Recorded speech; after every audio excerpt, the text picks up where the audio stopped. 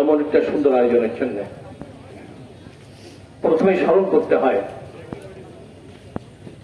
British খাদা আন্দোলন থেকে শুরু করে এই পর্যন্ত যারা দেশের মানুষের অধিকার আদায়ের জন্য বুকের তাজা রক্ত ঢেলে দিয়েছেন, শহীদ হয়েছেন, তাদের জন্য আল্লাহ পাকের কাছে জান্নাতুল ফিরদাউস কামনা করি। আমিন।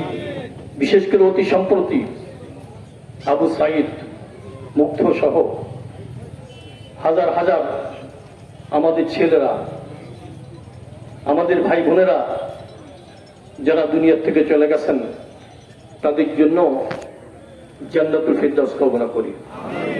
হাজার হাজার ভাই বোনেরা, ছেলে মেয়েরা পঙ্গুত্ব বরণ করেছে, আহত হয়েছেন, বিভিন্ন হসপিটালে কাতরাচ্ছেন, তাদের সুস্থতা কামনা করছি।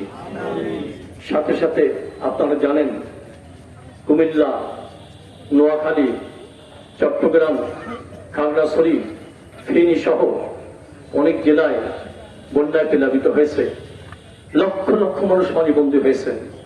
এর মধ্যে অনেক লাশও পাওয়া যাচ্ছে, অনেকে আহাজারি করতেছেন, আমাদেরকে উদ্ধার করেন, আমাদেরকে উদ্ধার করেন। এমনকি সেনাবাহিনীর সদস্যরা অনেককে উদ্ধার করতে সক্ষম হচ্ছে না। আল্লাহ পাক তাদেরকে হেফাজত করেন। তো যাই হোক, ইসলামী আন্দোলন বাংলাদেশ কি এবং কেন আপনারা ভালো চিনেছেন। কয়েক বছর আগেও শোনা যেত, মানুষে বলা বলি করত, হুজুরেরা কেন রাজনীতি করতে আসে। এই কয়েক বছর আগে ঠিক একই মুখ থেকে এখন এই কথা বের হওয়া শুরু হয়েছে, এখন হুজুরদেরই দরকার।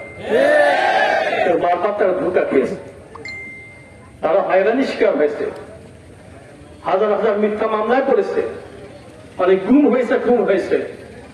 এখন চাঁদাবাজি এবং সন্ত্রাসের মাধ্যমে একটা দুনিয়ার জাহান্নামে পরিণত হয়েছে। এর থেকে এদেশের মানুষ মুক্তি পায়।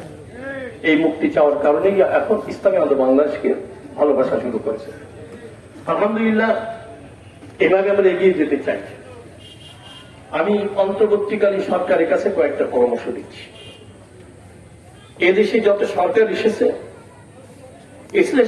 সুনামের সাথে, যার সময় দুর্নামিয়ে তারপরে গেছে, অপদস্থ হয়ে গেছে। আপনাদের কাছে দাবি হলো, সুনামের সাথে শুরু করেছেন দায়িত্ব পালন, আপনারা দুর্নাম নিয়ে যেন এখান থেকে বিদায় না হন। এই জন্য কয়েকটা পরামর্শ। গত জুলাই মাসে যে হত্যাকাণ্ড হয়ে গেল, আপনারা এই হত্যাকারীদের বিচার করুন। শুধু তাই না, বিগত 16 বছর ধরে রাজনৈতিকভাবে, প্রশাসনিকভাবে যারা খুন হয়েছে, হত্যা শিকার হয়েছে, তদন্ত সাপেক্ষে তাদের পরিবারকে যথাযথ ক্ষতিপূরণ দেবেন। সাথে সাথে এই 16 বছরে যত দুর্নীতিবাজ, পাচারকারী টাকা পাচার করেছে, তাদের বিদেশের পাচারকৃত টাকা ফিরিয়ে আনুন, তাদের বিচার করুন। বিশেষ করে যারা সরকারে ছিল, তাদের সম্পদের হিসাব দিতে হবে। সাথে সাথে যে সকল নির্বাচন কমিশন নির্বাচনের নামে তামাশা করেছিল, যে তামাশার কারণে সাধারণ মানুষ যথাযথ পাত্রে ভোট দিতে পারে নাই, এই সকল নির্বাচন কমিশনকে বাতিল করতে হবে। শুধু তাই না, তাদের বিচারও করতে হবে। একটু আগে শুনেছেন, এই জন্য আমরা দাবি করছি পিআর সিস্টেমে নির্বাচন দিতে হবে। সাথে সাথে আরো একটা কথা বলতে চাই, বিগত সরকার এদেশের শিক্ষা ব্যবস্থাকে ধ্বংস করে ফেলেছিল। সচেতন বিবেকেরা চিন্তা করে গিয়েছিল, আমাদের ভবিষ্যৎ প্রজন্ম তার কি আস্তিক হবে না নাস্তিক হবে। সেই মহাবিপদ থেকে আল্লাহ পাক আমাদেরকে হেফাজত করেছেন। আমরা বলে থাকি, মাজলুম জনতার আহাজারি কখনো বিফলে যায় না, ব্যর্থ হয় না। দেশের লক্ষ লক্ষ মানুষের চোখের পানি ঝরেছে, হাজার হাজার লক্ষ লক্ষ মামলা হয়েছে। এমনও মানুষ আছে প্রতিদিন তাদের আদালতে হাজিরা দেওয়া হয়েছে। এখন আপনারা এই জাতীয় কাজ সংগঠিত আপনারা সতর্ক থাকবেন। আর যে সকল ছাত্ররা আন্দোলন করেছে, এদেশের জনতা তোমাদের সাথে কাঁধে কাঁধ মিলিয়ে ময়দানে নেমেছিল। তোমাদের আবার শিক্ষার পরিবেশ ফিরে আসছে। তোমরা শিক্ষা প্রতিষ্ঠানে যাও, ক্যাম্পাস খোলা রাখো, জানালা খোলা রাখো, মাঝে মাঝে উঁকি মেরে দেখ দেয়, সেটা কি এই দেশে আবারও কেউ যদি উৎপাত করার চেষ্টা করে তোমরা আবারও নেমে এসে তাদের হাতকে ভেঙে চুরমার করে সাথে সাথে বিদেশি শকুনের চোখ পড়া শুরু হয়ে গেছে। বিদেশি শকুনের কোন নজর যদি পড়ে আবার এদেশের মানুষ বিদেশি শকুনের চোখকে উপরে ফেলে দেবে ইনশাআল্লাহ। আমরা খারাপভাবে বলে থাকি আওয়ামী লীগ দুর্নীতিবাজ, বিএনপির দুর্নীতিবাজ। আমি ভিন্ন কথা বলি, এদেশের ভোটারেরা কিন্তু দুর্নীতি করে না, দুর্নীতি ভাগও পায় না।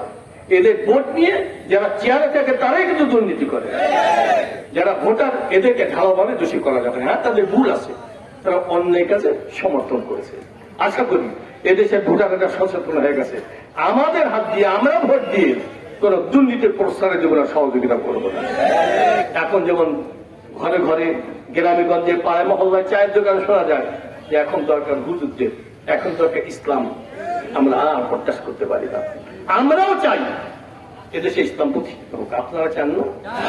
সবাই চান না?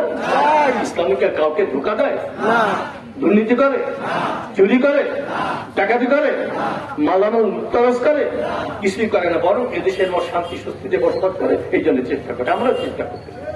আমরা ঢাকায় থাকি, বড় বড় মোকাবেলা করা লাগে, বড় অপশক্তির সঙ্গে মোকাবেলা করা। আমরা গ্রামের গঞ্জে এগুলো করতে চাই না। আমাদের সবাই প্রতিবেশী আপনজন বুঝিয়ে শুনিয়ে তাদেরকে সঠিক পথ দেখাতে আমরা চাই। তবে এরপরে যদি আমার সাধারণ ভাইদের, সাধারণ ভোটারদের ভোটকে আবার কেউ চিন্তাই করতে চায়, ডাকাতি করতে চায়, অবশ্যই আমরা আঙ্গুল বাঁকা করতে আপনারা দোয়া করবেন, মজুর জনতার পাশে থাকবেন, কাউকে জুলুম করবেন না, অত্যাচার করবেন না, বদদোয়া করাবেন না, অভিশাপ করাবেন না।